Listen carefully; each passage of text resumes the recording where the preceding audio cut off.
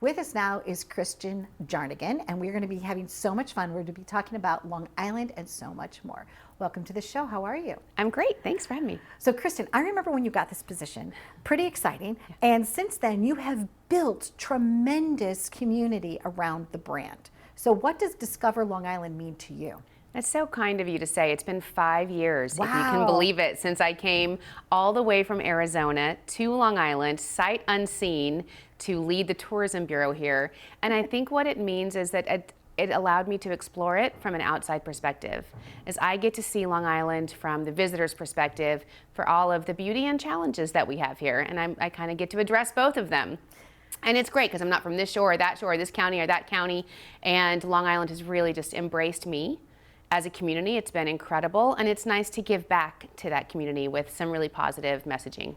I feel the same way because I came from St. Louis, Missouri, although I've been here about 20 years now. But when I first approached on the highway, there was something about 495 as it turned into Route 110 that reminded me of home. And there was something about the art community in Huntington, and there was, so also the same thing, people would be like, oh, who'd you go to, where high school did you go to? I'm like, I didn't go to any of the high schools here, you know, but I've embraced it also. And I would take the Hagstrom's map because it was before Google or anything. I don't know how people got around Long Island before GPS. I can't.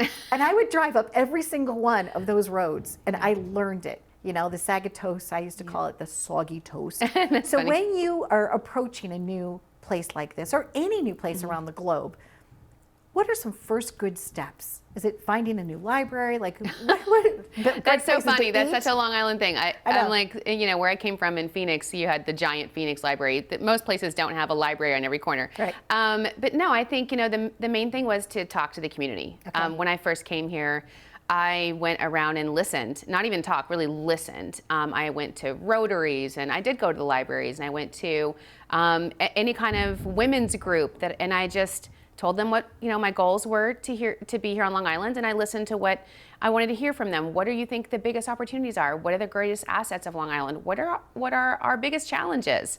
And everybody says taxes and traffic, but you know, visitors don't care about that. No. I mean, they don't care how much you pay in taxes. They want to come to our playgrounds. Right, and you know, it was great. It's been a great opportunity for me to share with Long Islanders that, you know, tourism and visitors, we are here for the residents. Mm-hmm. The whole reason we exist is to generate jobs and tax revenues for residents. So for example, last year, we're talking $740 million in tax revenue generation.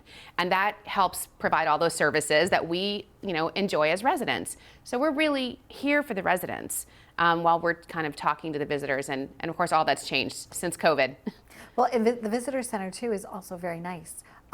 You know, they've got all these great snacks that are all locally sourced, yeah. Certified snacks, right? They're like fun things, you know, certain cheeses. And I think that people, like you said, even the residents can take advantage of that. There's so much for the residents. When I first came here, it was called the Long Island Convention and Visitors Bureau and Sports Commission. Yes, say that fast. LICVB, right? And it had been that way for almost 40 years. And we rebranded. When we rebranded to Discover Long Island. We didn't do what most others, you know, organizations like mine across the country that are visit whoever, visit Syracuse, visit Dallas, visit Phoenix. We said discover because we knew we were going to talk to Long Islanders that don't know so much about Long Island, and we kind of stay in our bubble sometimes, and most, you know, residents don't get out and about. And I think we've seen a lot of that shift this year in particular, since people are discovering what's in our own backyard. I love that. Speaking of discovering, I discovered that you have your own show. That's why I wanted to have you on my show. I was like, let me celebrate you, let me support you, let me bring some goodness and shine some light on you. And you even have a cute little like van that you do around with.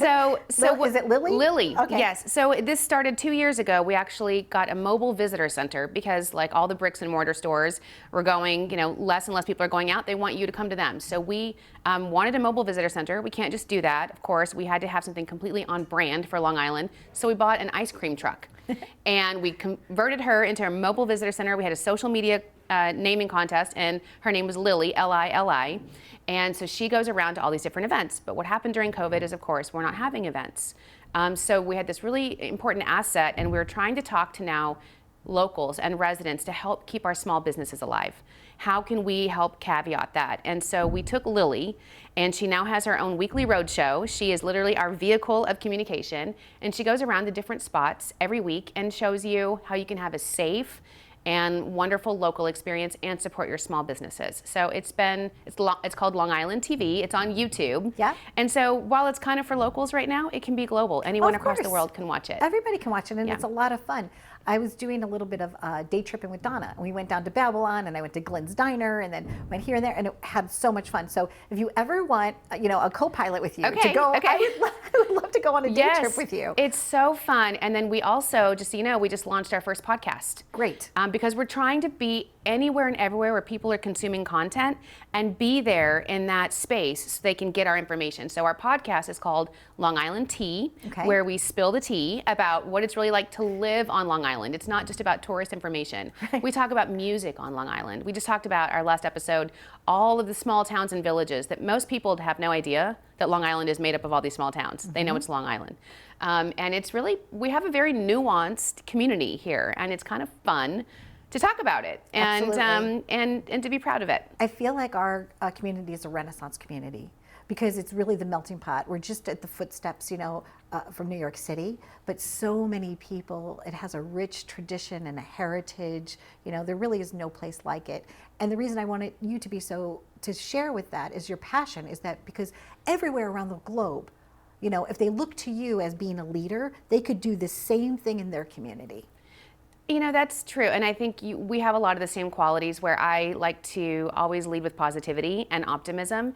And it can be hard sometimes, especially in a year like this year. But I think if you approach everything with a can-do and kind of a solutions-based attitude, everywhere you go, there's going to be problems, there are going to be challenges. Here on Long Island is no different. But when we go to these meetings with the community members, we listen. And then we say, okay, how can we help? and we try to fill whatever void that is. And right now it's really shop small, helping the small businesses and making sure that we're letting people know that they can get out safely and that we're here to support the residents. Lovely. Speaking of support, when you were in Arizona, did you ever root for the Cardinals? I did. Did you I know saw that them the other Cardinals, yeah. I was going to say, used to be in St. Louis, Missouri? Right. I saw their game the other day. Okay. I was like, with the Hail Murray, I don't know if you saw that last, I was like, if you don't believe in miracles right now, right, just watch that Cardinals game with Hail Murray. Yeah, it's, of course, it's fun to see. All my friends and relatives still live in Arizona, so I still have a lot of ties there.